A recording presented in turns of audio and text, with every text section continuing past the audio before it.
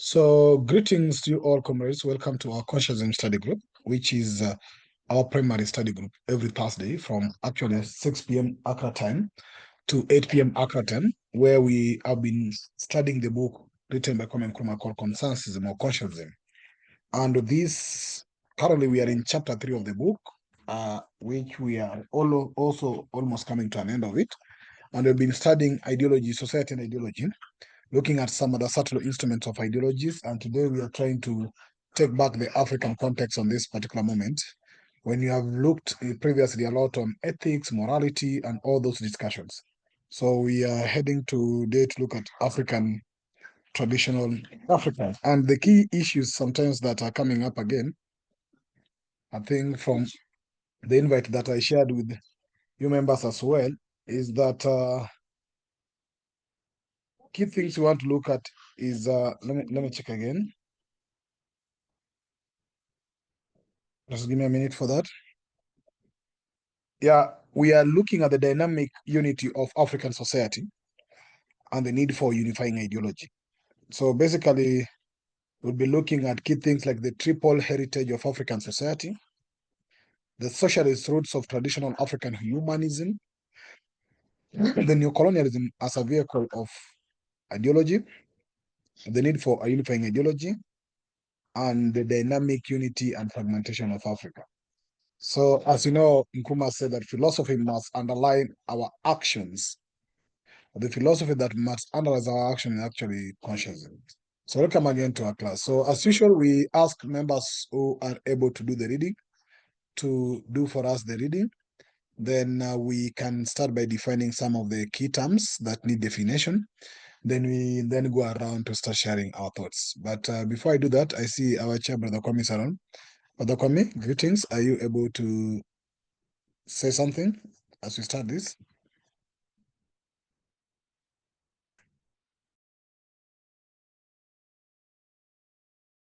Brother Kwame? Okay, thank you. So Brother Kwame can't be able to speak currently.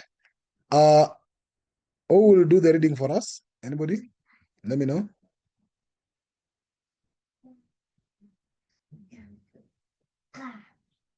Sister Kanita, are you doing the drawings or you're marking? Sorry, I'm trying to enlarge the screen so I can read, and I apologize. Oh, Sorry. okay, I okay. don't know how Can I to be able to undo enlarge it for? Can I enlarge it for you? Yes, please. I don't know how to undo the mess I'm making. I'm sorry, everyone. Is it better now, sister? It's a little better, but Okay. I unless it's I'll try something else. Again, I apologize. No, I'm deleting whatever you had done. No problem. Hope it's now clear. So are you able to do for us the reading, or are you willing to do for us the reading? If you are able, please, or willing, please.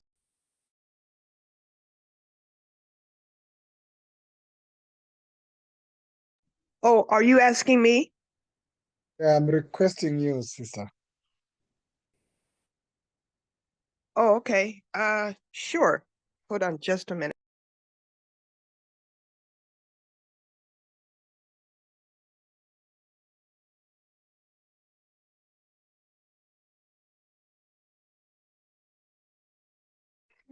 Okay. Okay. So Can you hear me? please go ahead. Yes, I can hear you now. Okay. I have my magnifying glass here, so I'll try to do my best. In Africa, is that where we start? In Africa? Yes, that's where we start. Okay, thank you. In Africa, this kind of emphasis, must take objective account of our present situation at the return of political independence. From this point of view, there are three broad features to be distinguished here. African society has one segment which comprises our traditional way of life. It has a second segment, which is filled by the presence of the Islamic tradition in Africa. It has a final segment, which represents the infiltration of the Christian tradition and culture of Western Europe into Africa, using colonialism and neocolonialism as its primary vehicles. These different segments are animated by competing ideologies. But since society implies a certain dynamic unity, there needs to emerge an ideology which, genuinely catering for the needs of all, will take the place of the competing ideologies and so reflect the dynamic unity of society and be the guide to society's continual progress. The traditional face of Africa includes an attitude towards man, which can only be described in its social manifestation as being socialist. This arises from the fact that man is regarded in Africa as primarily a spiritual being, a being endowed originally with a certain inward dignity, integrity, and value. It stands refreshingly opposed to the Christian idea of the original sin and degradation of man. Thank you very much, sister. And thank you for the reading.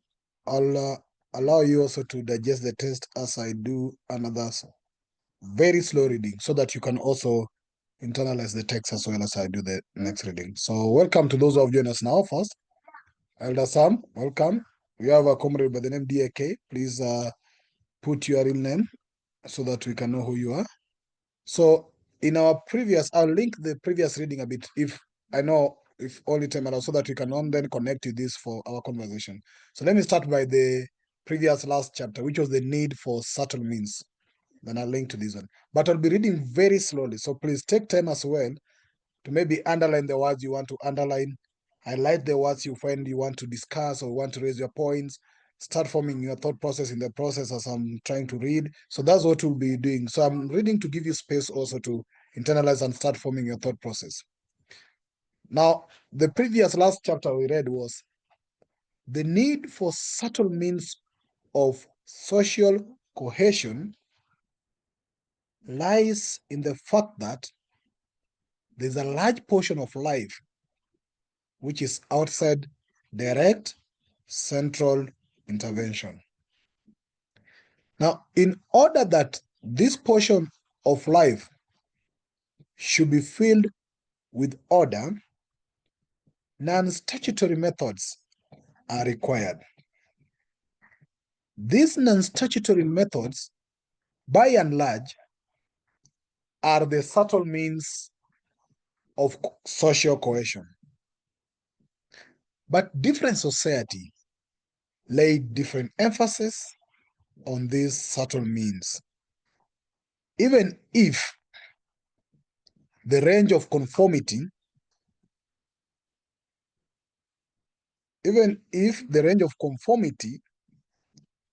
which they seek is the same.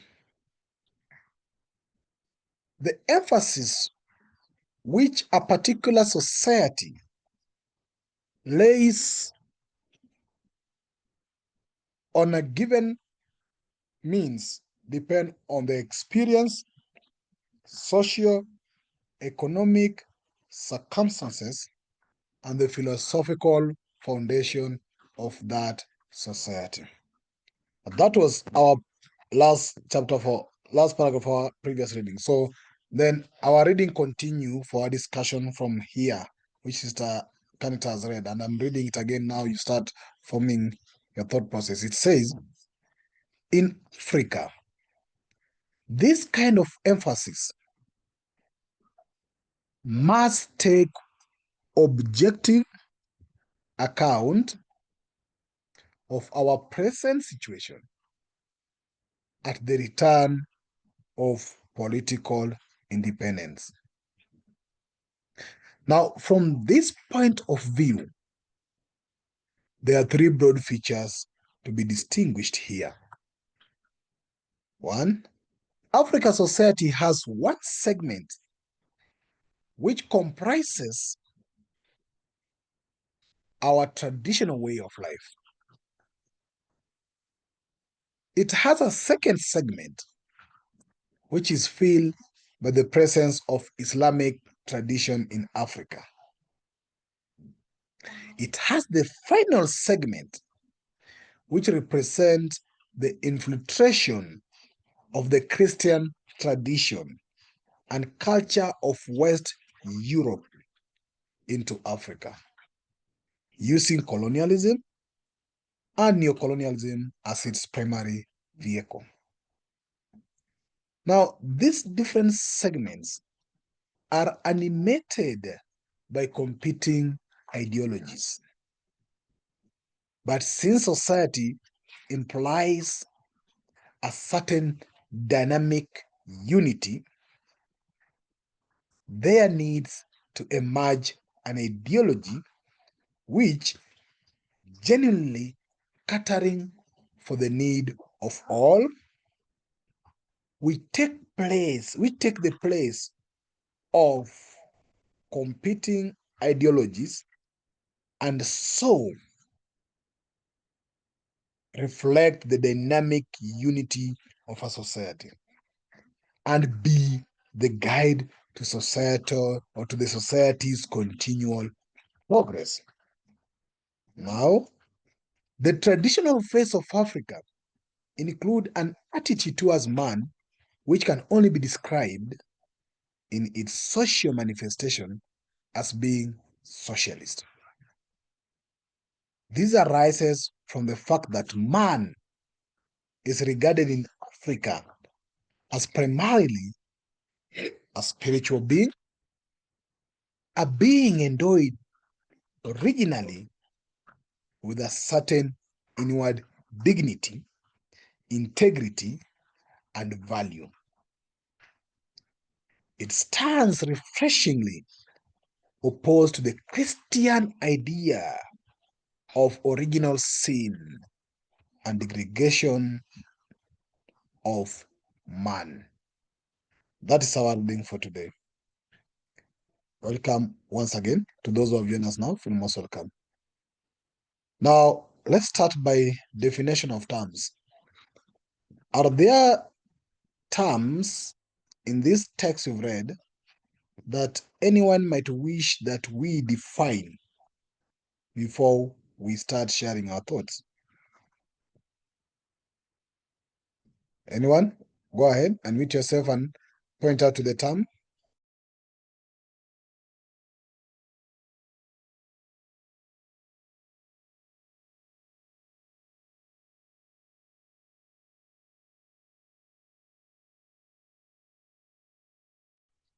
Any term? Okay. Then let's start by sharing our thinking. Anybody want to go first?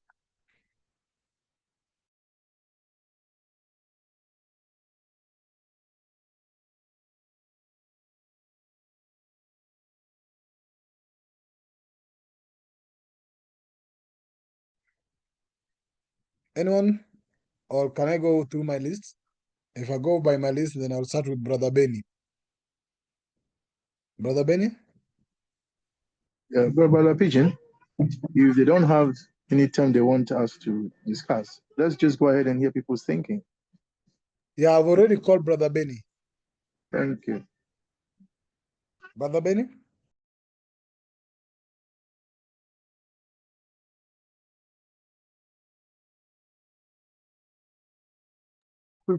I will come in later. Okay, the next in my list is Sister Kanita. Sister Kanita? Yes, greetings, everyone. And my apologies again for marking up the screen, which I think I've done in the past previously as well. So, you know, this is the part that I remember debating with someone a few years ago, that this attempting to harmonize or make compatible these religions are problematic in my estimation, in that they are fundamentally and functionally anti-African. And as such, there is no way to harmonize them or blend them together in a way that will work well. It's like trying to sew together leather and delicate silk.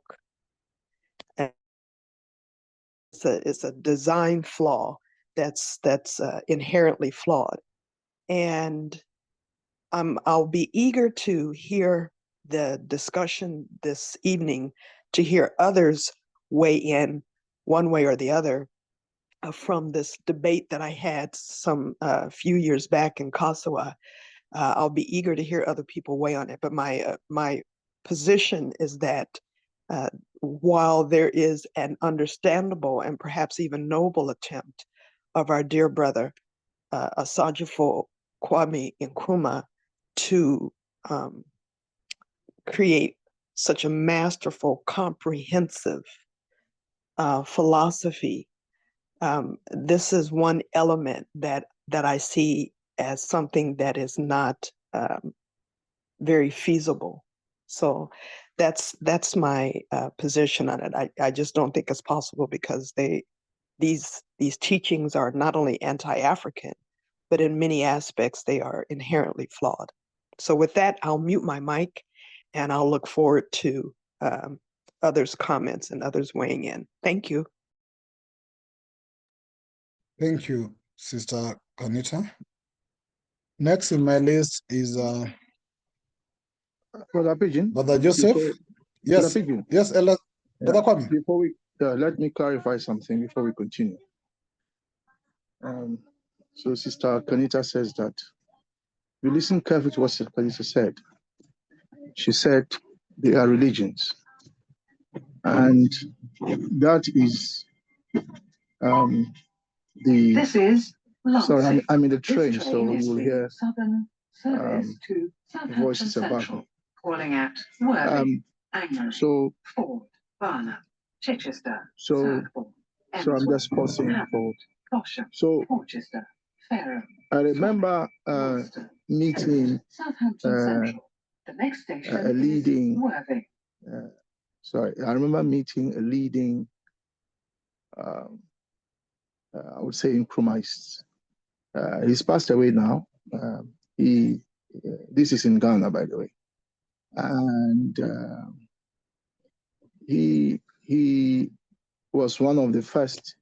He's a lawyer, and he was one of the first to take the government to court when Nkrumah was overthrown, and his picture was banned in Ghana. So if you carried Nkrumah's picture in Ghana in those days, you committed a crime.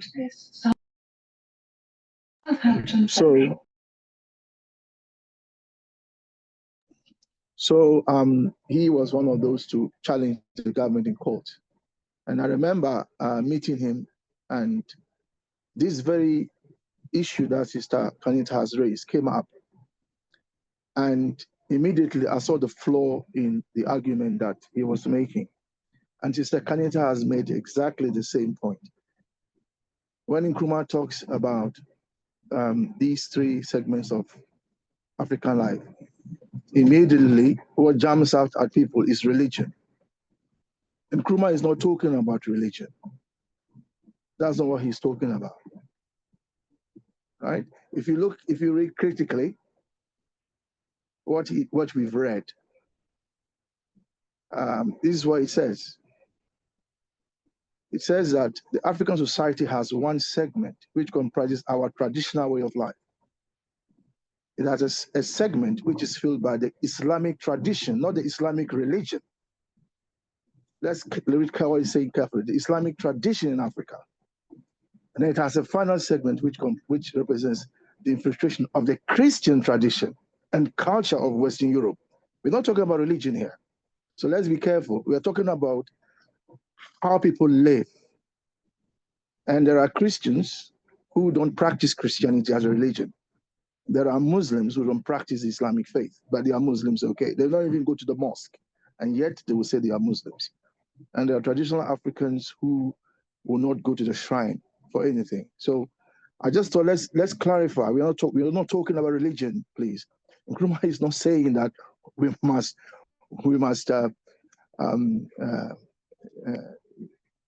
merge three religions. That's not what we are talking about. We are talking about the fact that in African society today, if you go to Ghana, we have Muslims, we have Christians, and we also have people who regard themselves as traditional Africans. Okay? If you see something that doesn't look right, and sorry, I'm just sorry. See it, say it, sort it. I'm very sorry about that. So what we are talking about is how Christians live day to day and how Muslims live and how traditional Africans live. As far as I know, as human beings, all of them need water to drink. All of them send their children to school. All of them have to live in homes. All of them have to go to work. What a Christian or a Muslim or a traditional African does as human beings are no different. Okay? On Friday, the Muslim will go to the mosque to pray to his or her Allah. And then on Sunday, the Christian, sorry about the constant interruption from the tannoy. Southampton Central. The next station is Angmering. And then on Sunday, the Christian goes to the church. And then for the traditionalist, every day, if they like, they go to the shrine if they want. So the only thing that is different will maybe be that practice. Okay, but there are Christians who go to the mosque. If you have a Muslim friend and he or she's getting married, we go to the mosque all the time. If you have a Christian friend and he or she's getting married, you're a Muslim, they come to church all the time, and so on. So let's not create artificial boundaries and say that. I mean, of course, if you go to Nigeria, Nigeria is a good example. There is, sorry, let me just pause.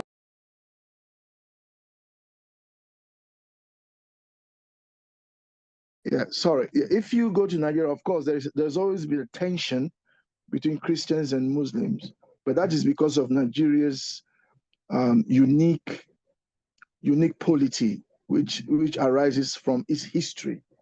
And Ghana has been lucky that we haven't had that kind of tension. But there are other African countries like Uganda, where the Muslims and Christians live side by side. There's no religious strife, as it were. So I just want to make this clear before we continue the discussion. Nkrumah is not saying that. Let's see. Let me just read what he says. That since society implies a certain dynamic unity, there needs to emerge an ideology which generally catering the needs of all will take the place of the competing ideologies and so refer the dynamic unity of society. So notice Nkrumah is talking there about ideology. Now we can't live peacefully in a society. We read this earlier, if you remember, when we read this earlier. I don't know if Pidgin can find it, where we said that you can't have a society in which there are competing ideologies because it will result in conflict. But two different societies can have different ideologies, but in the same society, You can't have enlightened people or subscribing to competing ideologies that will create strife in that society. So, but let me not go further. I just want to clarify right now before we continue this discussion that please, we're not talking about religion here. We're not talking about unifying three different religions. Traditional Africa does not accept the arrogance of Christians who think that only they know God. And the Islamic faith does not also accept the arrogance of Christians. And Christians do not also accept that Muslims will go to heaven and all that. Please, we are not interested in that, all those intra competing nonsense. That's not what we're interested in. What we are interested in is that as human beings, how do they live? And if we craft a new society, if we live in society and we're all human beings, surely there must be certain minimum civilized standards we can all agree on, whether or not we all believe in different religions. Yeah, surely we can do that. We can all say that, okay, all our children must go to school. Okay, as to which school, well, you can all decide. You can go send your children to Christian school. You can send your children to Islamic school. You can send your children to... It doesn't matter. You choose as parents what school you want your children to go to. But at least we can all agree that is like. We can also agree that if you live in a civil society, there are certain minimum standards that you must adhere to. For example, you can't go around killing people because they don't accept your religion. Things like that. So I just thought I'll make it clear from the start that we're not talking about unifying religions, please.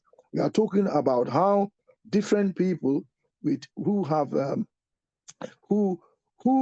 subscribe to different religions, however, have a certain tradition by which they live, and how they can together forge a new society. Because as far as I know, Islamic Africa is not going anywhere soon. There will always be Islamic Africa. There will always be Christian Africa. There will always be traditional Africa. We can't wish them away. And yet, it's possible to create a nation in which they coexist peacefully. And the final thing I want to say is that you are reading it here. This is the book you are reading is the proposal. Conscientism is that philosophy. Philosophical conscientism is that philosophy. The ideology is conscientism. That is what we are reading here. Nkrumah is providing for us in this book how we can unify society. And philosophical conscientism is rooted, as we all know, in the materialist position that all human beings come from the same matter, and therefore we are all equal. And if we are all equal, whether we are Muslims, Christians, or whatever, we must all be treated with dignity, with respect, and so on and so forth. So those are the civil values that, please, we are talking about here. So I want to just disabuse people's minds about how we are talking. We're not talking about religion here, please. Thank you. Thank you, Brother Kwame. Sister Kante, would you like to come back before we move to the next speaker? Or would you like us to take other comments? I would. Thank you. First of all, I want to thank my brother for persevering on the train. Thank you for that, because I was really wanting to hear what you were saying. I'm not saying that Nkrumah used the word religion. That's what I'm saying. And that's what I'm seeing.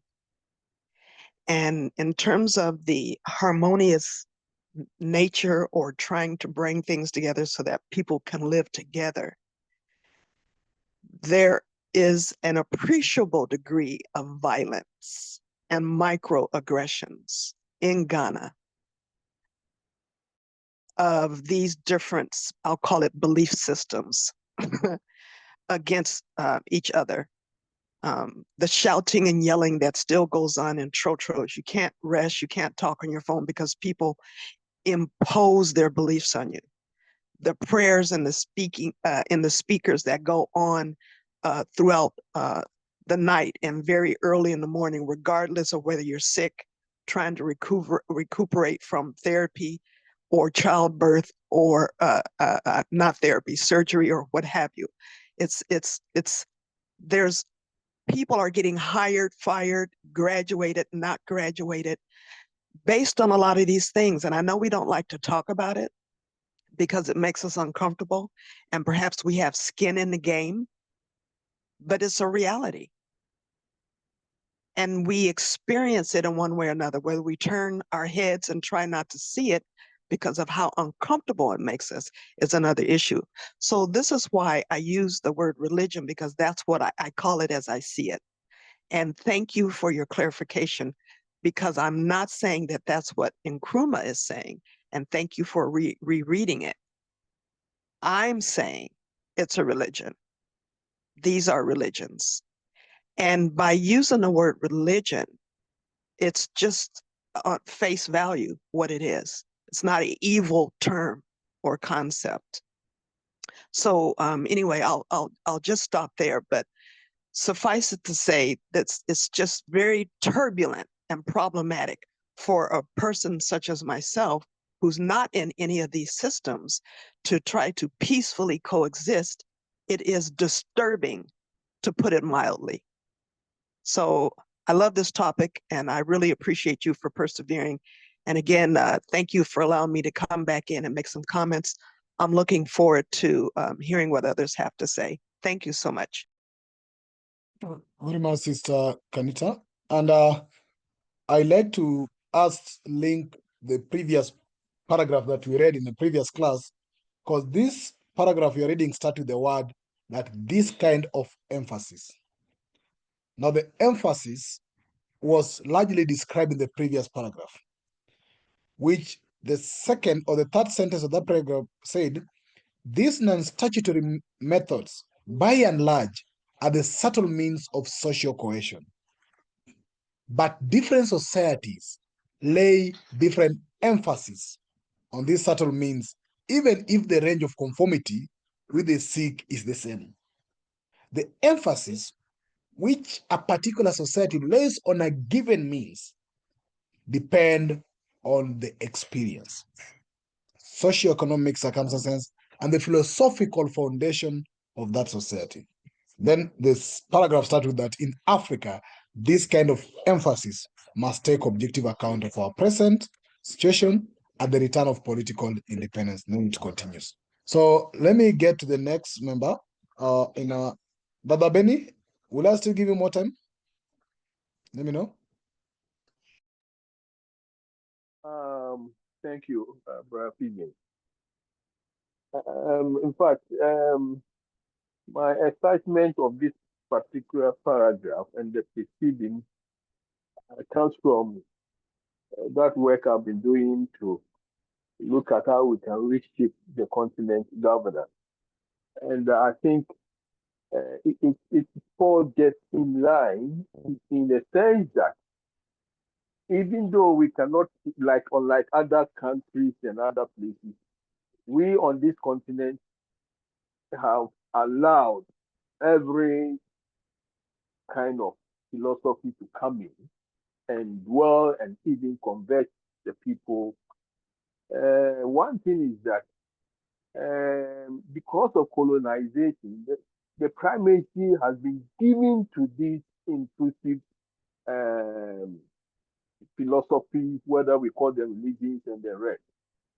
And for that matter, our own substance and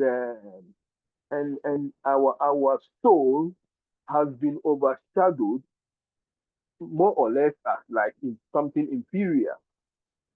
And for that matter, there are a lot of other ways that would say that much of our struggle now is attributed to the fact that we are too much on us.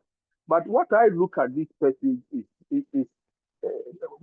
personally, I see Nkrumah's argument is trying to locate the fact that space should be given to make what constitutes the African come to the top, in the sense that we express Africa And then based upon that, which I have the one Ghanaian late professor Bediak who used the term primal root.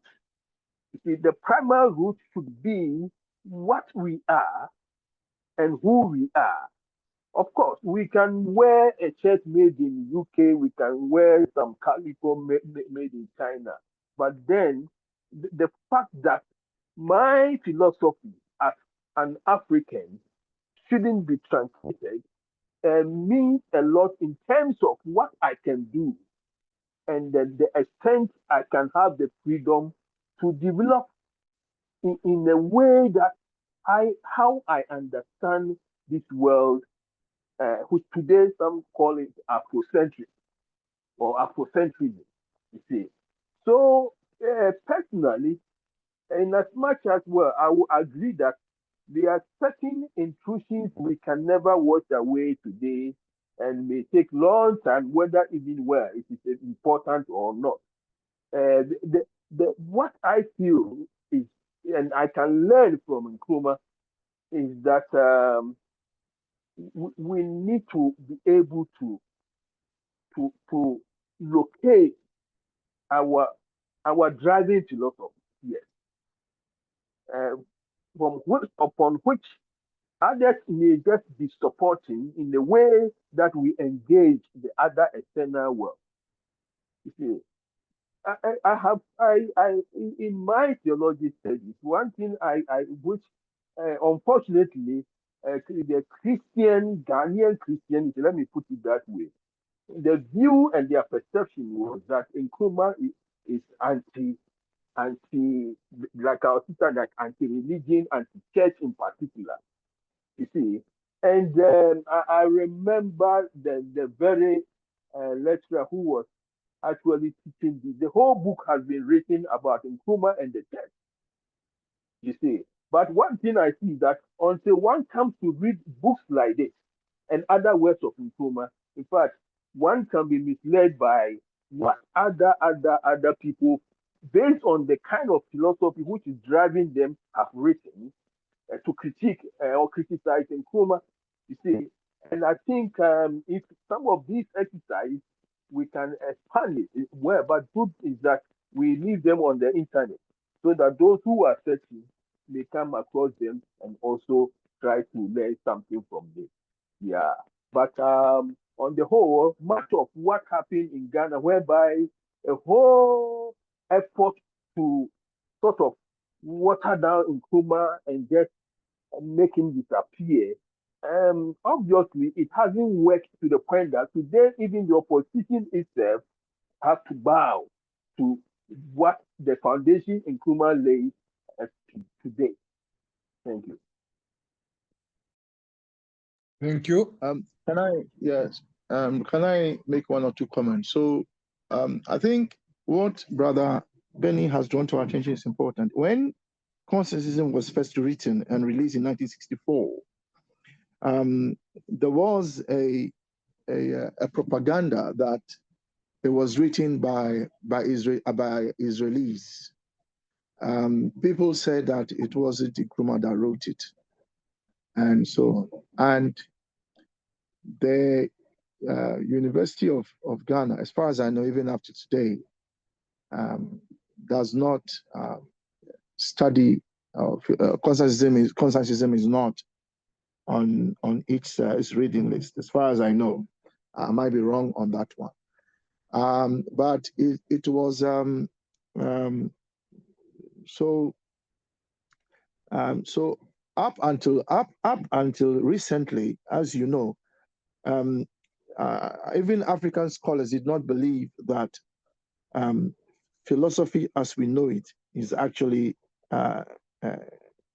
has its foundation in Africa. In other words, that ancient Egypt and its works and all the philosophers that we know, Aristotle, Plato, Socrates, Thales, all of them, that they came to Africa to study And so whatever philosophy that they gave to the world, because they learned it from the African priests in the temples in ancient Egypt. And we remember we went through the part where we realized that even Aristotle, all the works attributed to Aristotle just went and stole our.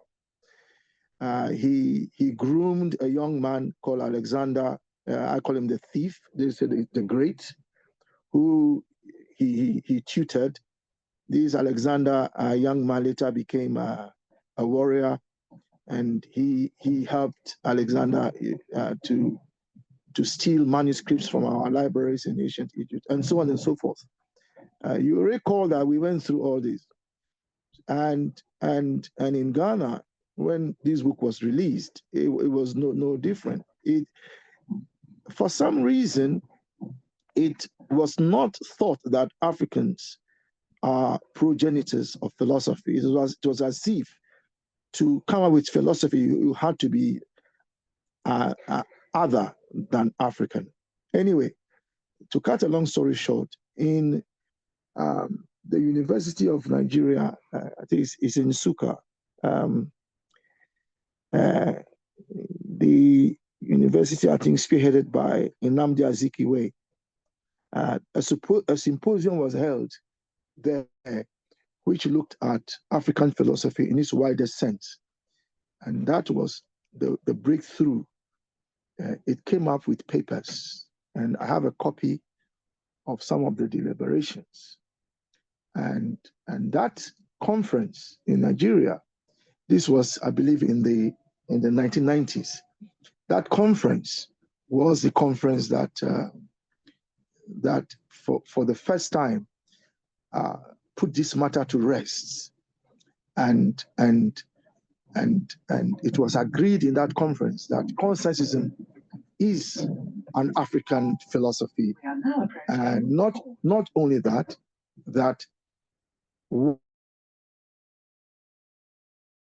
what we thought was Western philosophy actually are African philosophies, which were stolen, repackaged, we erased from them, and are represented as Western philosophies. The final thing I would say is I think we all know that Socrates didn't write anything, and Socrates was no different from Orunmila, the philosopher of the Yorubas. They lived around the same time. Orunmila and Socrates lived around the same time. Both of them did not write. It was their disciples that later wrote. So what brother Benny is bringing to our attention, I think is very, very important. But I want to go back to the initial point I made. Southampton Central, calling out. Sorry. Chichester.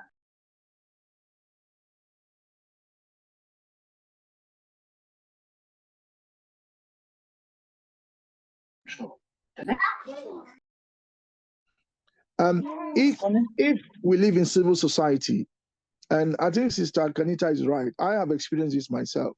These dawn broadcasts and so on, it annoys people. People are sleeping, and you go and you are talking about Jesus. This Jesus thing is a real problem, because for me, it is the arrogance that you have something you think it must be forced on other people's through. I think Anita is right, but I think the solution is not religious.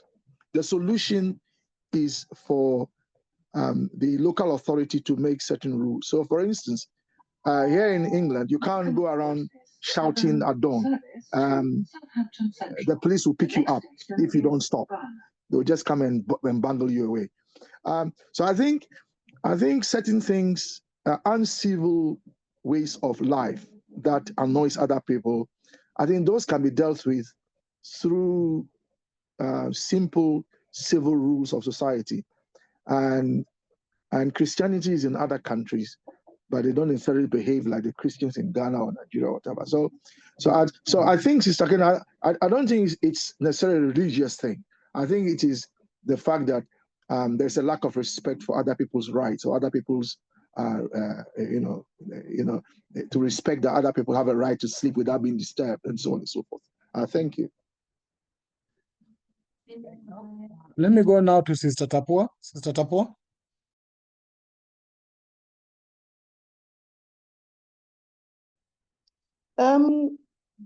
Good evening, everyone.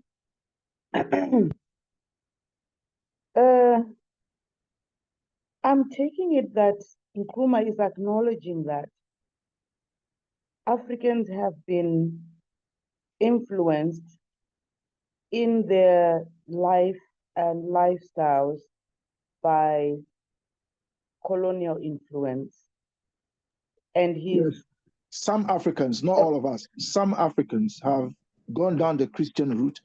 Other Africans, before Christianity came, there was Islam that came and enslaved Africans, sold them. And some Africans have also, yeah, so you are right, but not all Africans, some Africans. Thank you. Excuse me. I think it would be worthwhile just to listen to my whole argument and then come in instead of interjecting. Yeah, yes, that's correct. The dress that we have on today, it doesn't matter whether you're traditionalist or not. The food that we're eating, the way of life that we have goes beyond that. So I think it's not fair to interject and in that manner before you hear the whole argument.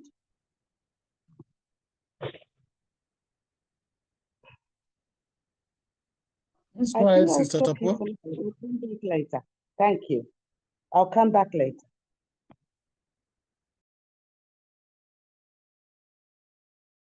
Sister Tapua, you say you come back later? Yes, I'll come back later. Thank you. Okay, let's go to Brother Joseph. Brother Joseph.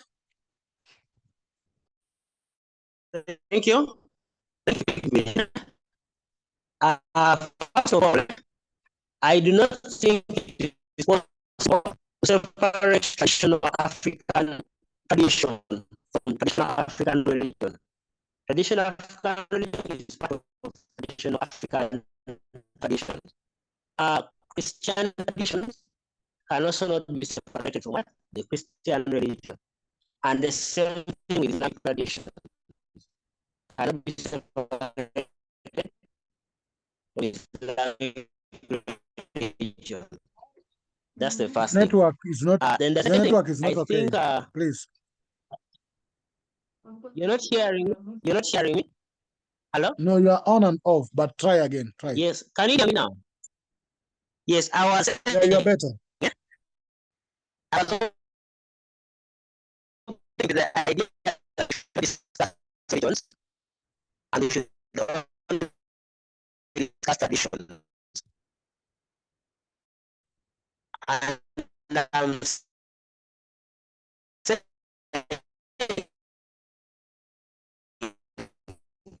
religions cannot be separated from the tradition. Brother Joseph, can you work on your network, please? Because we may not be able to hear you properly. So try to change location a bit, then you can come back. Is that okay? Tradition can be separated from Christian religion. Islamic tradition can be separated. Traditional African religion. It's okay. Try to work on your location of your internet so that you have a stable internet a bit. Brother Joseph?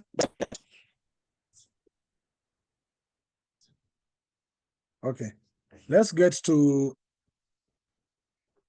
Malice. Sister Ida.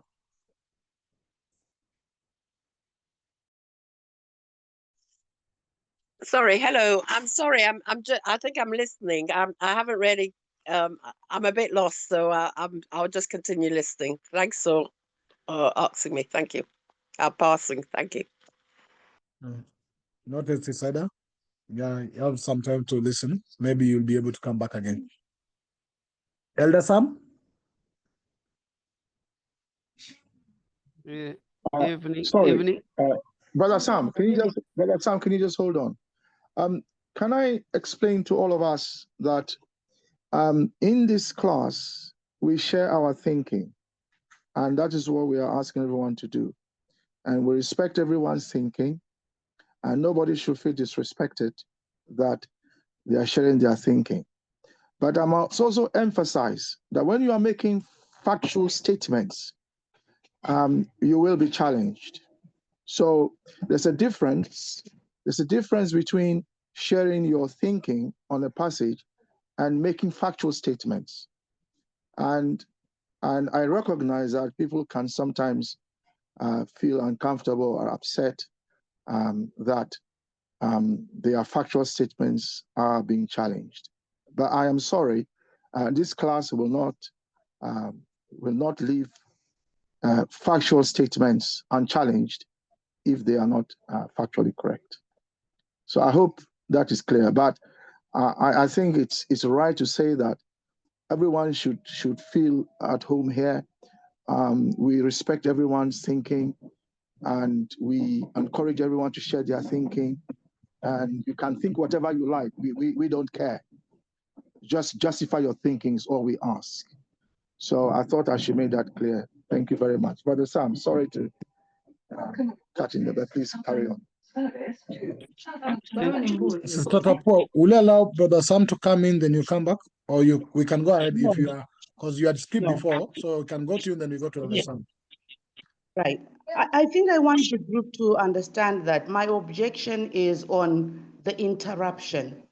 Everyone has a right to be listened to until you've made your full argument. But to have to be stopped before you've even heard anything, especially because which African here lives in pre-colonial states? What is it that we have today that is purely and totally African? All of us have been influenced to some extent. You cannot have any African who has not been influenced. That's my argument, and that's my bet. Thank you. Yeah, Sister Tapoa, I apologize if you feel that you were disrespected. That was not my intention. I was just chipping in. I didn't mean to not listen to your entire argument. And please feel free to come back. Once again, I apologize if you felt disrespected. Thank you. Thank you. Hope that's okay. Let's move forward to Elder Sam, and Sister Tapo, you can come back another time. Elder Sam? Can I get back? Thank you. Thank you. Can I be heard? Brother Joseph, wait for Elder Sam to go ahead, then you come back. So, Elder Sam, please go ahead. Good evening, everybody. It's been some time. Am I audible, Chair? Yes, We you can are. hear you. Yeah, audible. Thank you. Thank you. Brothers and sisters, I've been away for some time, so I'm not sure if my input will be very, very good. But I think from what I've listened the other members say, it is important for me, you know, reading all this passage, I see things that I call outside factors that influence the main issue that we are talking about. And the main issue we are talking about here is ideology. And we have read and we have heard in the past that there's always an ideology that dominates a society. And that ideology is basically perpetuated by those who are in power. So whether we talk the traditions, there's no way we're going to have common traditions as long as society is divided on those bases of the haves and the have-nots. And in our case, I think this is the emphasis. What Nkrumah is saying, there are those subtle ways that ideologies are using to continuously and perpetually keep people in that direction that those in power wants them to be. And whether it is religion, whether it is culture, whether it is what, they are all serving that ideology for that economic system that is in place. And in this case, our traditions, there's no way, Sister Tapua is correct. We have all our traditions, all our way of life, all our beliefs have been tampered with. All of us have gone through colonialism and currently under neocolonialism. So there's no way where we have pure African traditions that we are still adhering to. We have them, but they are tempered with, they are influenced in all these directions. So I think Nkrumah is trying to emphasize that we should be aware that there's these frills. I call them frills. They are not the main issue, but they are there to continuously keep you away from looking and focusing at the real matter at stake. And we know from what we have read before, it is either idealistic or it is materialistic. But our societies are basically influenced by the idealistic philosophy and approach by those who are in power. And unfortunately for us in Africa, even after the so-called independence, our leaders still continue to perpetuate the same colonial philosophies, the same ideological approaches that our colonial masters have perpetuated under their rule. Thanks. Thank you, Elder Sam, for that. Brother Joseph, can you try coming, please, now? Brother Joseph? I hope I'm clearer this time. I'm not very clear, then I'll just give up. Can I be heard this time? Brother Joseph? Hello? Can you hear me this time? Can you switch off your video? Can you switch off your video first? Maybe it can give you some data to enable you to speak. So turn off your video. Yeah, can you try speaking? Oh, can you hear me now? Hello? Yeah, go ahead. Hello? Yes, you can hear me now very well, eh? Yes, So, much better. Yes, I was saying, when we're talking Christianity and then Islam and then traditional African traditions, we cannot separate the traditions from the religions. Christian tradition and Christian religion go hand in hand. African traditional ways of life and African traditional religion go hand in hand. And the same thing with Islam. So I will speak for traditional African religion, which I'm familiar with, and Christianity, which I'm familiar with. I'm not so familiar with Islam.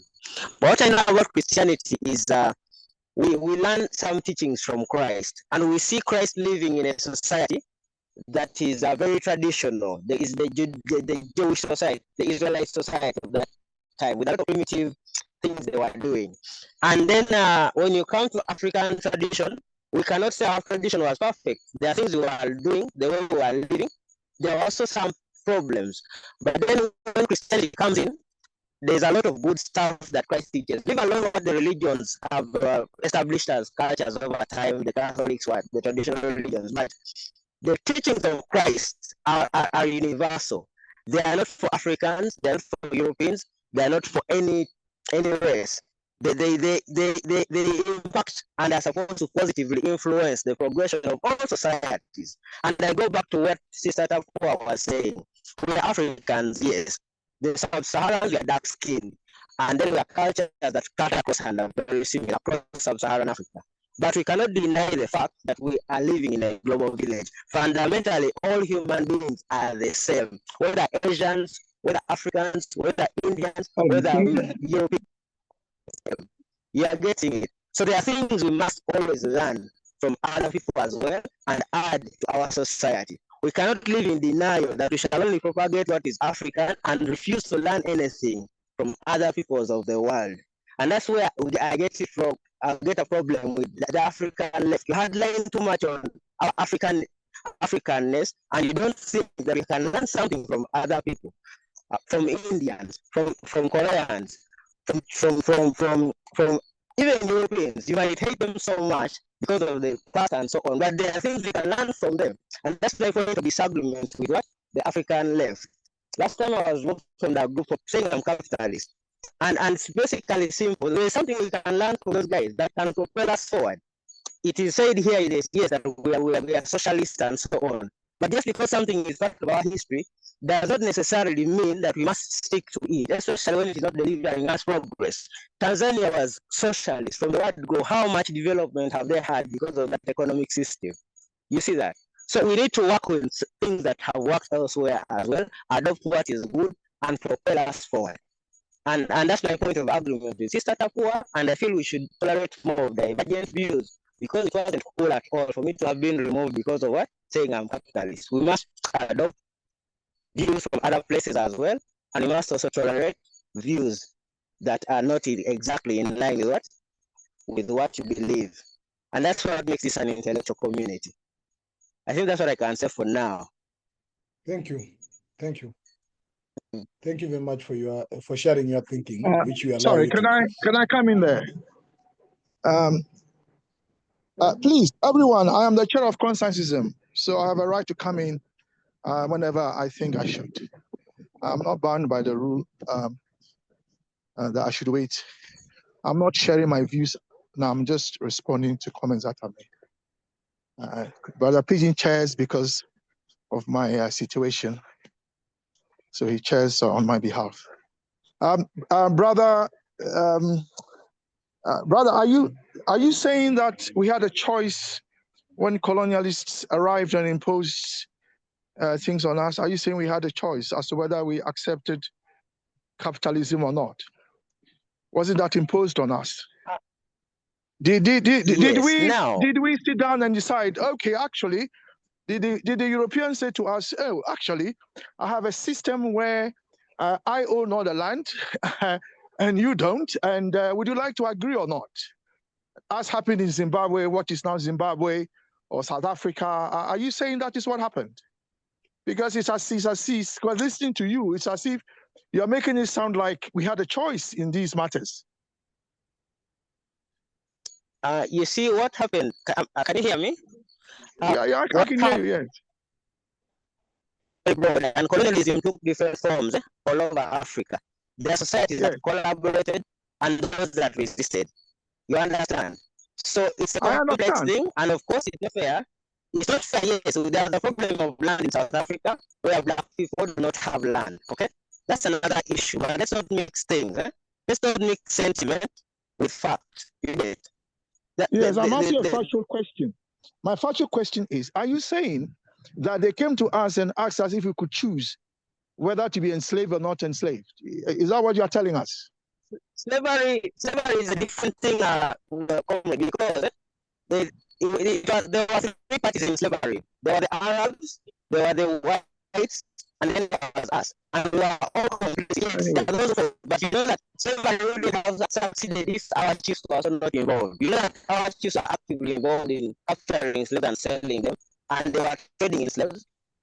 It was happening. Right. And you also need to know that the British contributed to the ending of slave trade. And even our chiefs, some of them were not willing to give up the trade because it was profitable to them. So it is something that all three parties are involved. Blacks are involved, whites are involved, Arabs are involved. Yeah, so my if you take slavery, my question is, hold on. My question is, those Africans who were enslaved, were they given a choice? I'm not talking about the chiefs or whoever did enslaving. Those who were enslaved, were they told, we would like to make you a slave, and would you like to choose? No. Can I come in? Anyway, they did not choose. Brother Pigeon, please carry on. I was not hearing the brothers' arguments very clearly. So, Brother Pigeon, please carry on. Thank you. Brother Pigeon, can I come in? Just can I allow, first of all, can I allow Brother Joseph to finish his thought, or you want to come in now? It's supporting Brother Joseph's point. Okay, go ahead. Right. I've got an example of Botswana. When the British started coming up north, and Seretse Khama saw what was happening to the other nations around, he applied to be a protectorate. He took an active step so that he was not subjugated in the way that others were. So like my brother is saying, colonialism took a different form, But what I'm hoping we're going to discuss today is how we're moving forward as Pan-Africanists, taking into account the differences that are there because of the way we were colonized or the religion that we have. Should we make that prominent? How are we going to overcome that so that we move forward to be or to take Africa where it needs to be? Because I think we're getting distracted. Thank you. Thank you, Sister Tapua. Let's proceed to the next speaker, who will be Brother Eric. And then we have Brother the King Mauli and Sister Chisomo. Brother Eric?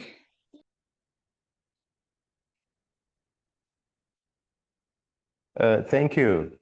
I hope I am clearer. Brother Pidgin, am I clear? You're very clear. You know, my brother is having always a feedback effect. And firstly, I would like to encourage him to keep finding a very stable network. He's having something to tell us, but his network has been all the interrupting. I want to agree with Sister Tapua in the first place that Africa, without the whole of Africa, without exception, has been influenced. We don't have anybody that is stainless of these all things. There is not a single community that is still intact. Just to remind our chair, Uganda has had, to reach where it is today, there have been a lot of costs paid by the locals due to foreign influence. Uganda has a history of religious conflict. We will know, I hope, in the coming days or perhaps weeks ahead, if we take interest to look into Uganda's history, that the Muslims came first, then the Anglicans second, and then the Roman Catholics came in later. And so on, even these other Christians of today that someone can say the grace movement, the churches on the stage, the church of today. But our communities have suffered. I think I am thinking in a totally different direction. As the CSG, looking forward to reawaken the kind of understanding that was there before among us Africans, conscience for that matter. Allow me ask us, what stage is good enough for us to begin these studies about conscientism? Because as far as I am concerned now, it seems to me very clear that the matter why we disagree in most cases is that we get to speak about these hard facts at a later stage in life. Brother Eric. Yes. Sorry for my interjection, but for clarity purposes, when you say at what stage do we begin the study, what do you mean by that? Because we have been doing this study virtually for the last 3 years, and Brother Kwame and the other team have been doing it for the last over 10 years, physically, sometimes back. So when you talk of we begin the study, do you mean either extending to other physical presence, or what do you try to mean with that, please? Just sorry for that. It's okay, thank you. I was building a point. Sorry. The stage there, the stage there, I mean conscientism as far as Africa is concerned, in the African context, at what stage should that African get introduced to this? Because now I am looking at how about if we tailored all these things from a certain age group? Because now we get to talk to Brother Joseph, who seems to have a very different opinion altogether, courtesy of the kind of environment he has been raised in, the kind of, you know, all that he has had to endure and persevere and pass through. And then it is at a point, because if I am to discern how he's bringing his whole idea, it seems to me that he's somebody who is at least acquired a degree now. It looks he's above 26 years of, years old.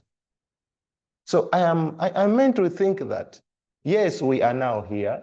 Brother Kwame has been there for the last 10 years. But at the very inception of Constantinism,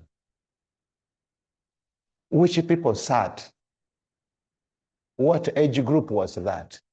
Okay, I'm not saying it is bad that we are now sharing at this point in time. I'm not in any way debating against what's going on, but I'm only trying to say,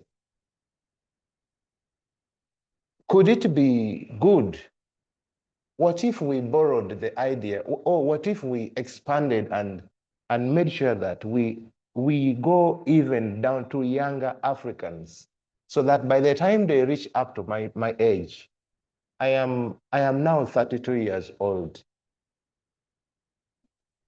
Okay, if we say that someone 10 years younger than me, if such a person could get this kind of, uncommon opportunity to get to be talked to about this, Brother Eric. Yes, please. I read your question. Let me answer it.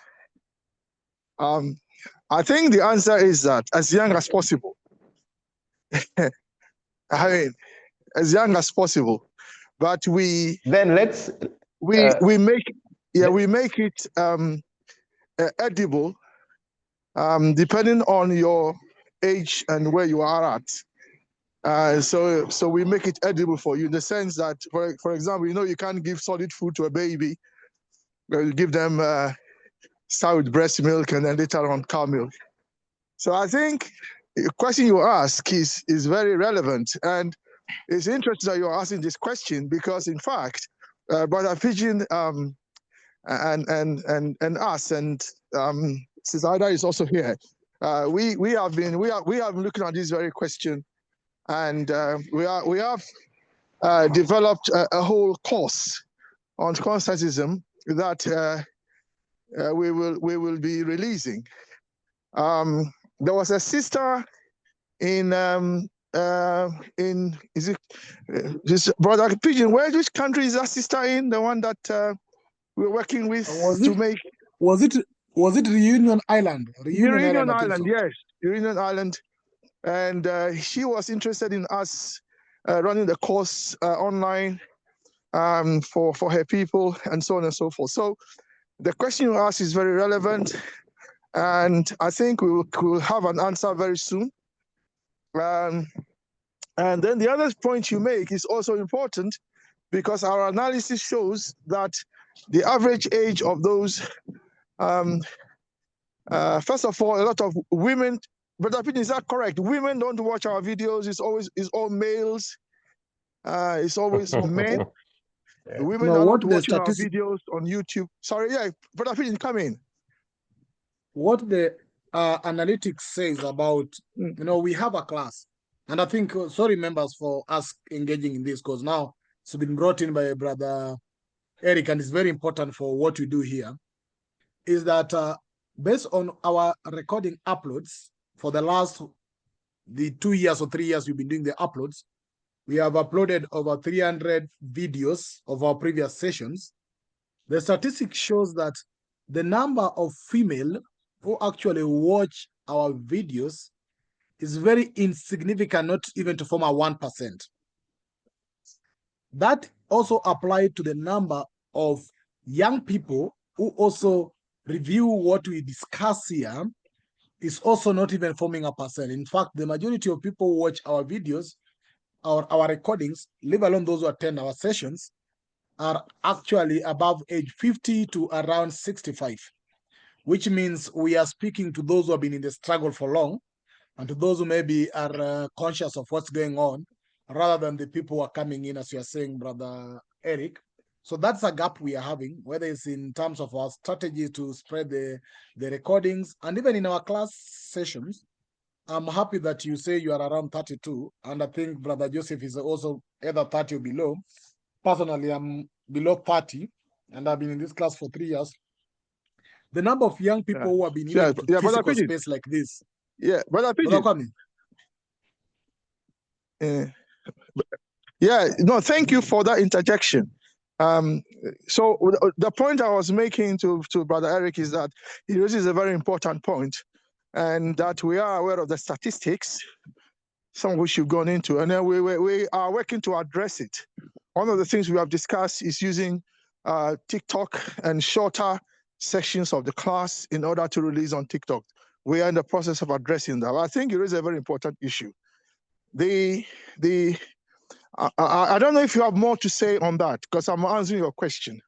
No. The other point I want to make, yes, then you please, can finish your point, Brother Eric, is that can I just encourage all of us to be conscious of what we are reading?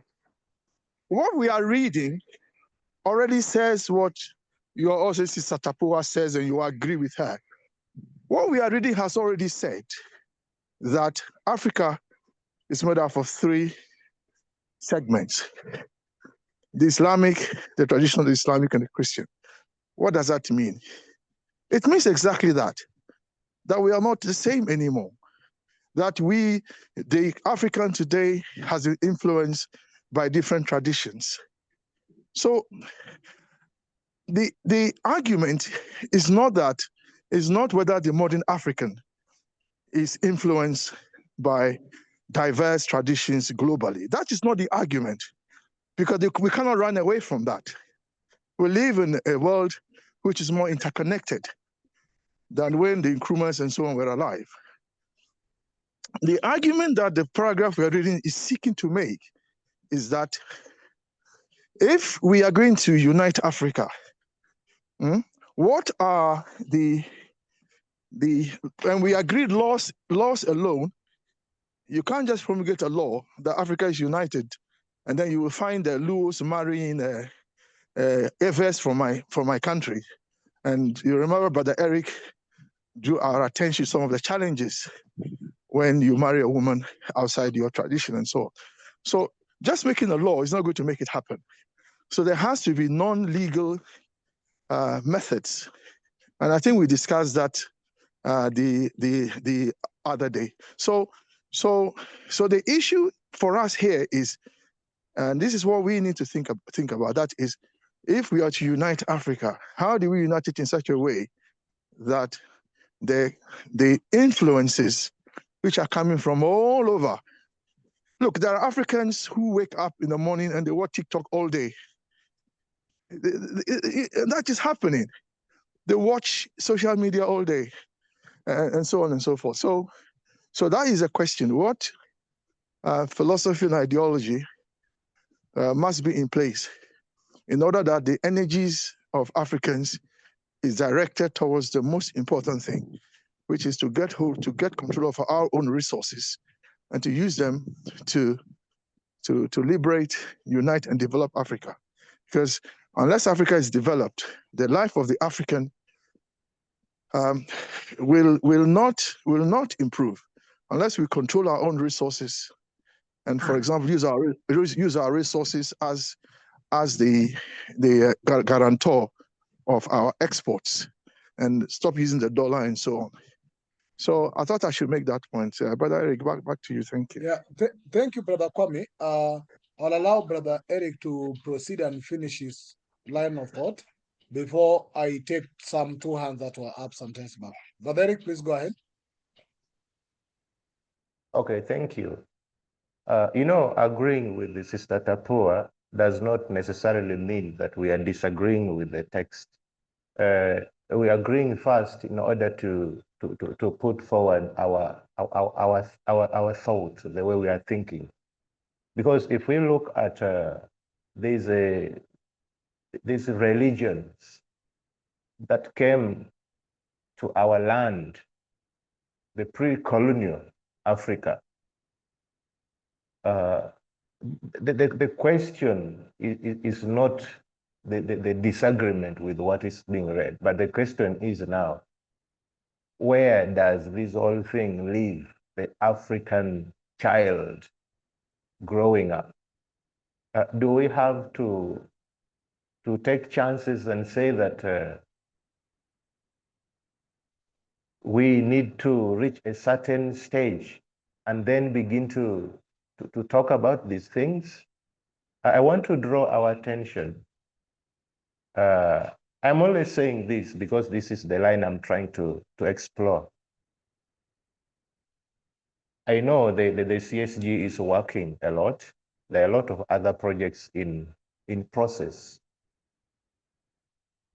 But I want to draw attention in the dimension of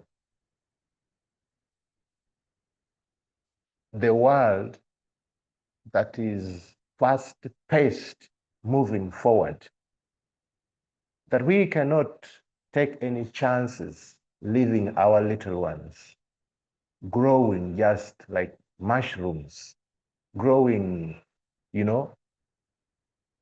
unpruned. Because I have known this is what happens. Our kids are growing anyhow. So I think the CSG should take upon itself, the administration, I mean, to make sure that it is really treated delicately, in as much so that there should be a certain class that upon assessment leads to a certain upper class. So much so that when upon assessment, a certain class reaches a certain class, that would be the fine-tuned group or class of comrades that could be deployed and given, the responsibility to carry out certain roles in the unification of Africa. That is my line of thought. I did not mean to be derailed so much from. Yeah, thank you. No, Yeah, Brother Eric, okay. your line of thought is in the correct direction. And as a leader in a political party, we need to work very closely with you. Brother Pigeon himself is also a leader of a political party in Kenya. So we have aspiring presidents and leaders of political parties here with us. And in Kenya, for instance, ATP, Brother Pigeon's party, has officially declared its philosophy to be consensusism. So we hear you. I accept that personally I have a lot of work to do. And as you acknowledge, we are on it. It will be done. It will be done. We will do the work. And we will also look at setting up classes for younger ones. So that's something we will do. So thank you for reminding us. You see, Brother Eric, what you have brought up is something that has come up also in the past, which is that consensusism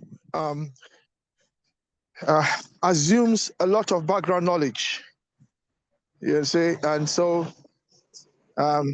when you come to read the text, it assumes that you know this, you know that, you know this, you know that. Then people are not always conversant with those, if you like, prerequisite ideas, especially because of where they have come from. Like you were saying, we all come from, we're all Africans, but somebody's in country A, another one's in country B.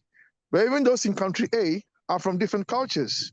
So, and different class. The class also, some of us are more working class than others and so on. So yes, it's something that we have to look at. Thank you. Thank you. Maybe Thank you, brother. maybe we before are working on it, and yeah. Maybe before Brother Piggin comes in, I want to respond to last week. I had said that I would contact the head of ideology, UPC. I did talk to him. I did not get the chance to meet him. I shared this whole thing about engaging with the CSG in a much more meaningful way. The party is positive. I think even Joseph is part of the party, except that yesterday and today we had been nominating our members of parliament. So the party is a bit busy, but I promise things will be okay. We will work as a team and we will see the best team that can be with us. Thank you. Thank you, Brother Eric. Actually, I'm actually in touch also with Brother Christopher Luanga, who is the head of ideology for UPC. And as you have indicated, we'll discuss this further because I know you are busy with the elections that are coming up. But thank you. We are having some few minutes to go, and I have to check on my list on people who have been spoken. But the element, the concerns you are all raising is one. As we have all agreed in the past, this text is very heavy. It's philosophical, very heavy. And we are students here to learn. And by learning, the difference that we share our thoughts. There's no lecturer who lecture for us.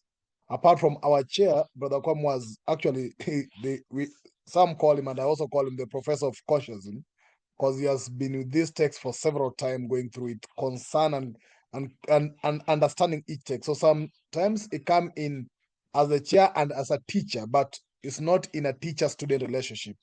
It's an environment where we learn and we share our thoughts. So it's not that you are here to listen and you take the information, go out, but we help each other to form critical thinking. So in the process of us sharing our thinking here, we equally learn. So that's the environment we create here. But the fact that we know that it's a heavy text, the task on all of us who are learning, how do we make it easier for those who are not even able to be in our level to understand it? We have done translation. I did a Swahili translation of this consciousness to Swahili. We still need to be certified. But beyond that, how do you make it simpler? And that's the task my party will have to carry forward.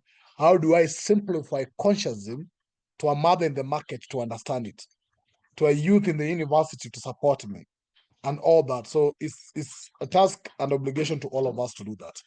So thank you for raising that.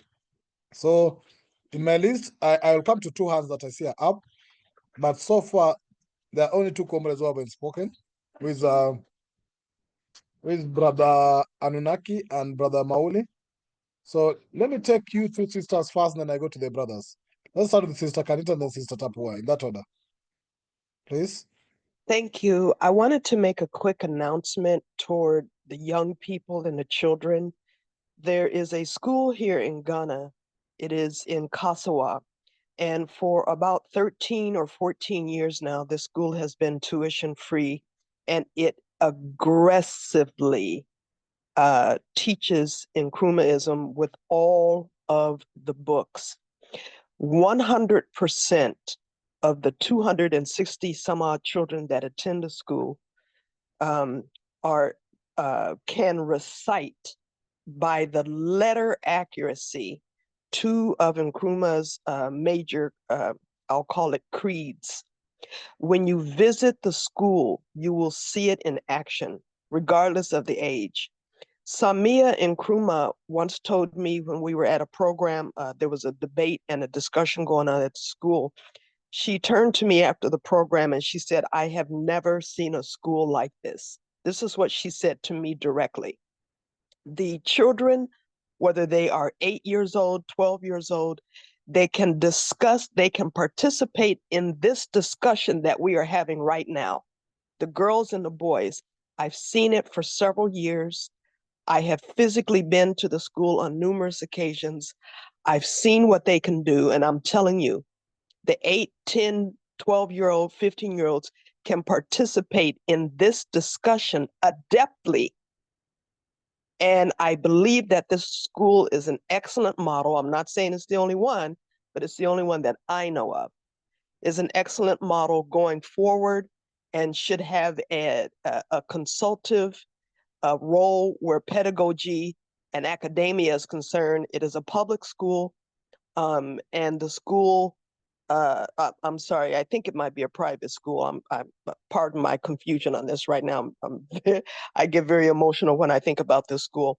And then I just want to quickly say that I remain completely delighted that this entire discussion that we're having is pinged on the genius of Dr.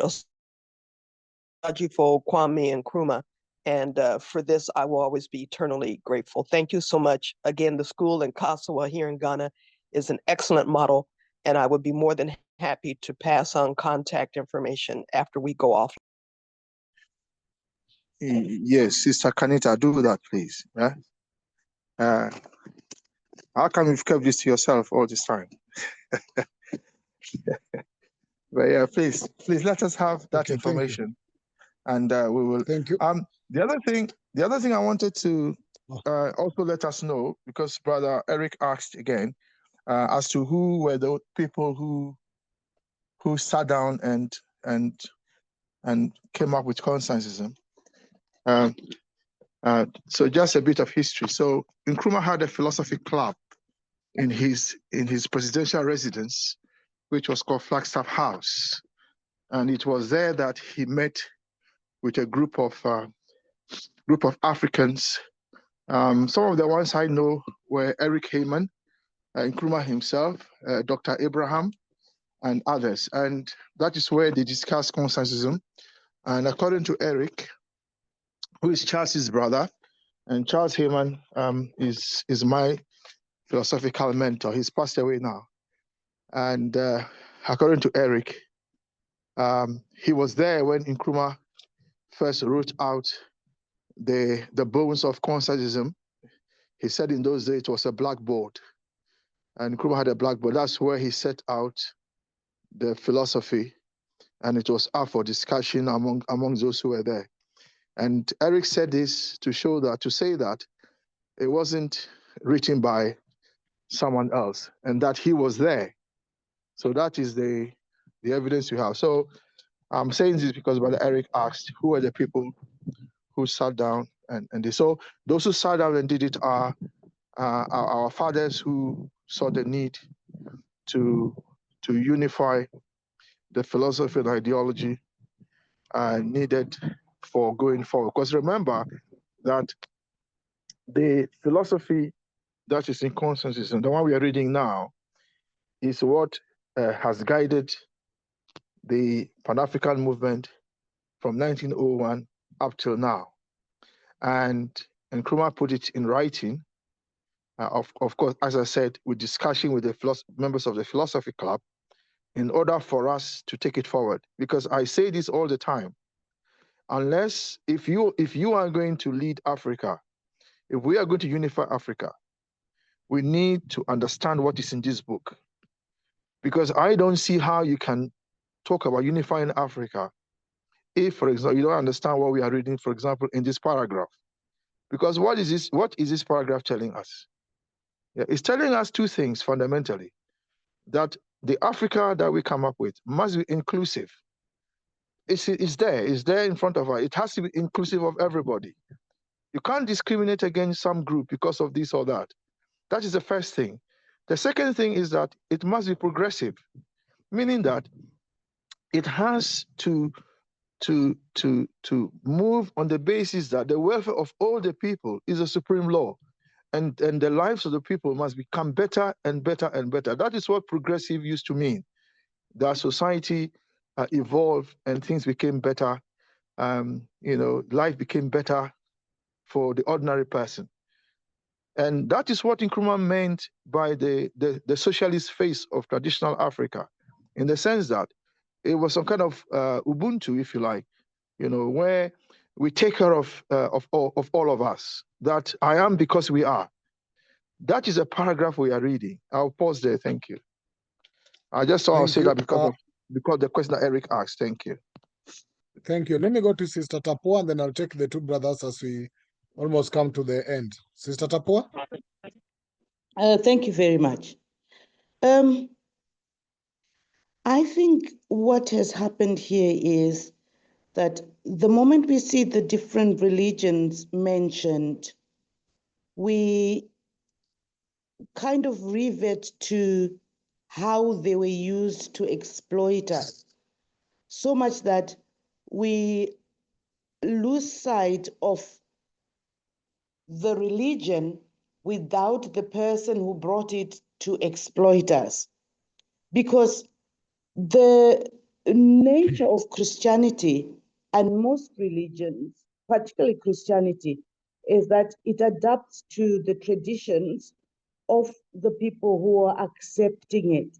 Because if you look at the Bible, it does not prescribe the how to on a day-to-day basis. That's left to the culture. And this is how we end up being, we've ended up being English or European, because the Europeans felt that their way of life was better matched to Christianity. Anyway, I'm looking at the last paragraph there, the traditional face of Africa.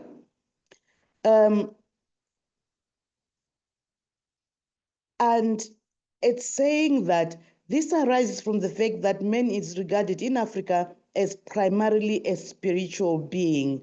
And I've been asking myself, do all these groups regard man as a human being, as spiritual being? And yes, I see all religions regarding man as a spiritual being, and be a being endowed with certain inward dignity, integrity, and value. Yes, I see all religions acknowledging this. Therefore, this could be the basis on which we unite, that Africa, irrespective of your religious persuasion, acknowledges that human beings are primarily spiritual and are endowed with certain inward dignity, integrity, and value. Because once we do that, then we also let the people be free to be who they want to be, depending on the environment. Dress the way they want to dress, if they're in the desert, if they're in the Mediterranean type of climate, and so on, so that we cannot get rid of differences, but we need to focus on what unites us and that which makes us better human beings and progressive. I'll end there. Thank you. Thank you, Sister Tapua. I'll be taking the two brothers, and if time allows, I'll also come in and share my thoughts. But I think I'm interested also to comment on what you have raised, because it also caught my attention. And we have done this before, actually. So let me first of all hear from Brother Anunnaki and Brother Mauli. Brother Anunnaki and Mauli.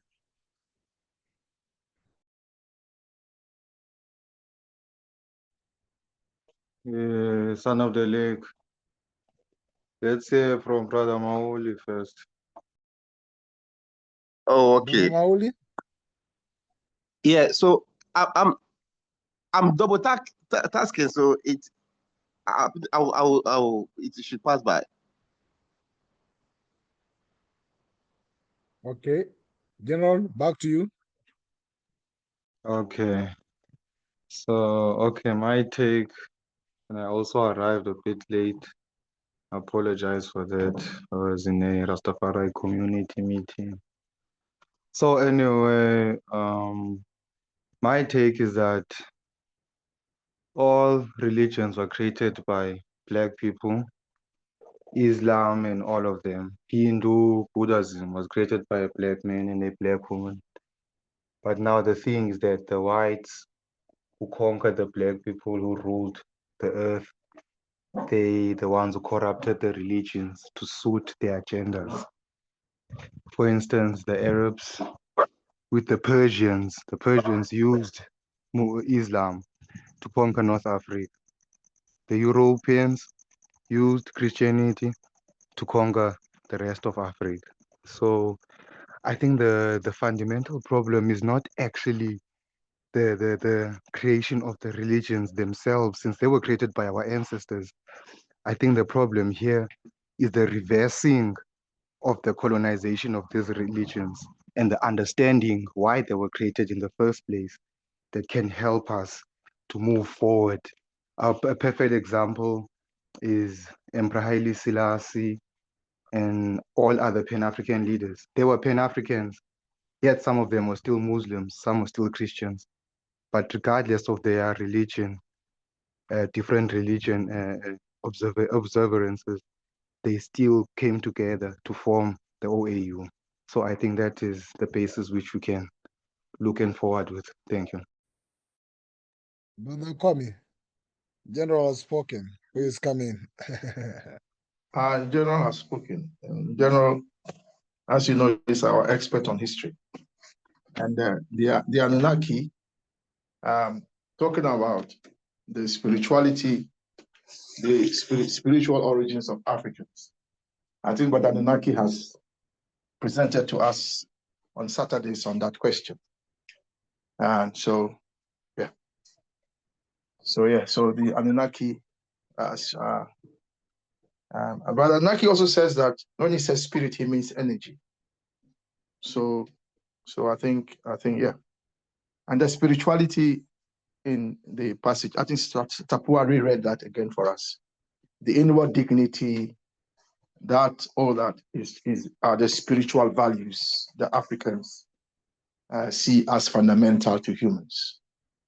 And yes, that is the basis. That those human values, they are human values as well. And those human values are the basis upon which we can move forward in a united Africa. That it is. I don't want to repeat what Sister Tapoa said, because I think that is it. She's nailed it. I think, yeah. Yeah, thank you, Brother Kwame. And can you share your thinking now, Brother Pigeon? I want to do that in the few minutes remaining, but I promise not to take the all minutes. It's okay. You can spend 5 minutes to share your thinking. It's fine. Yeah, Sister Tapua is raising something very important. That it's good that you have noticed it as well, Brother Kwame. The fundamental worthiness of individuals. And what you have insisted that's what you're also referring to, what Socrates was trying to prove by the Meno, that every human being, irrespective of their age, the physical differences, male, female, the kind of work we do, either you so-called a teacher or whatever you want to do, we have some originally endowed dignity, integrity, and value. And that's why I think when consciousness talks about the philosophical materialism, is from the level of understanding and appreciating that every being or human being has the right to. Every human being has the right to enjoy the best they can without discrimination, because they are all having same dignity, integrity, and value. But again, what you have raised again, what was raised in the first paragraph on the various segments of the society is very important to us, as you have other members have also shared the thought, to ensure that how do we unite and find a common unity point And I think that common unity point and then transit beyond Islamic tradition, Christian tradition, and African tradition is based on the same sentence. Are we able to go beyond this and look at that dignity, that integrity, and that value of every human being? So that will be my end of my thinking. Brother Kwame? Yeah, in fact, yes. So yeah, so we've brought everything now back to the fundamentals, and if we all share those spiritual values, then we are all equal. Not only are we equal as human beings, but we're also equal in terms of what is inside us as human beings. And as you said, so in Kenya, everybody must be treated with respect, with dignity. In fact, in the whole of Africa, so in a united Africa, that's how it should be. And I think that we've also answered the question, haven't we? That in going forward in terms of Africa, in terms of unifying Africa, what should be the basis of our if you like, moral values? What are the, because we don't need to legislate. We can legislate this, but we don't need to legislate it. Okay, we can just all agree that those are our fundamental African values. And as Tapoa said, it goes beyond even just Africa, that all human beings, whatever they are, also share in this spirituality. Yeah. So it comes back to ideology, and the ideology here is, or it comes back to philosophy, out of which comes the ideology. And the philosophy here is, which philosophy is it that accepts that all human beings come from the same matter and therefore are equal? And that is materialism, from which comes consensusism. So we are back to ideology. The way Sam explained it earlier, that at the end of the day, it's about ideology. So if society is going to unify, it has to unify around a philosophy that everyone will accept. And if everyone accepts that philosophy, then it becomes the basis for ideological instruments like education, housing, water, and so on. Yeah. Thank you very much, Brother Kwame. And just to bring this to an end, I think because our time is up now, we look forward to continue. It's becoming interesting. When I saw this text, it was a bit interesting now.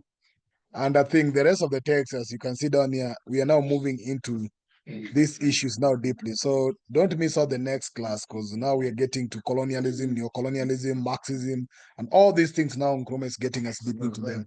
So thank you very much for your time today. Brother Kwame, I believe we'll be doing the part 2 of United Nations of Africa this Saturday.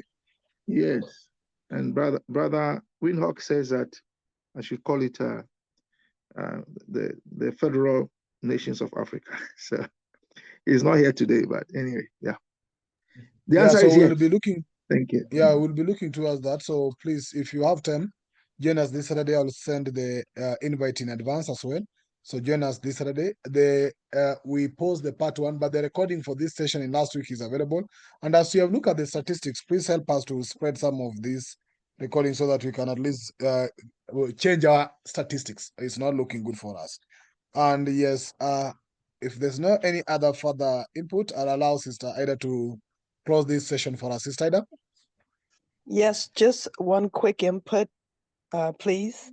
I posted Sister the link. Kanita? Yes, thank you. I posted the link to the school in Kasawa in the back chat. That's all I wanted to say. Okay. Thank you. Brother Pidgin, pick it up and send it to me as well, because I can't access that from my phone. Okay, let me do that. And sister, are you able to also post it in our main WhatsApp group? Yes, and any please, other contact you have, you can share with me. Yes, contact please. you have directly, you can share with me or Brother Kwame. Is that okay? Certainly. Not a problem. Okay. Thank you very much, Sister Kanita. Sister Ida, please bring this to an end. I'm embarrassed that you're asking me to bring it to an end, but I thank you for that, and I thank all who've been here throughout.